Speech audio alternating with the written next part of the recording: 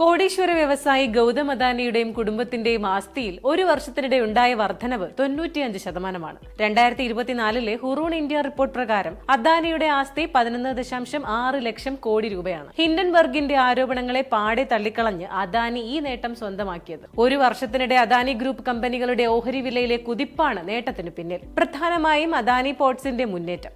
പുതിയ തുറമുഖങ്ങളും കണ്ടെയ്നർ ടെർമിനലുകളും ഏറ്റെടുത്തതിലൂടെ അദാനി പോർട്സിന്റെ ഓഹരി വിലയിൽ 98% വർധനവുണ്ടായത്.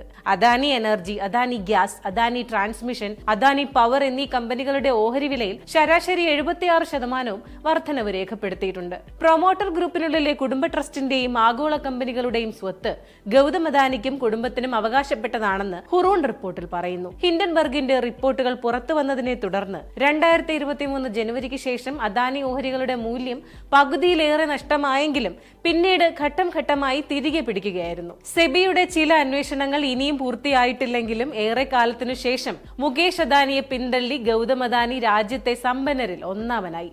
10.14 ലക്ഷം കോടി രൂപയുടെ ആസ്തിയുമായി മുകേഷ് അംബാനിയാണ് രണ്ടാം സ്ഥാനത്ത്. HCL മേധാവി ശിവ് നാടാർ 3.14 ലക്ഷം കോടിയും സിറം ഇൻസ്റ്റിറ്റ്യൂട്ട് മേധാവി സൈറസ് പൂനവാല 2.89 ലക്ഷം കോടിയും ആദിത്യ ബിർള ഗ്രൂപ്പ് മേധാവി കുമാർ മംഗളം ബിർള 2.35 ലക്ഷം കോടി എന്നിവരാണ് തുടർന്നുള്ള സ്ഥാനങ്ങളിൽ.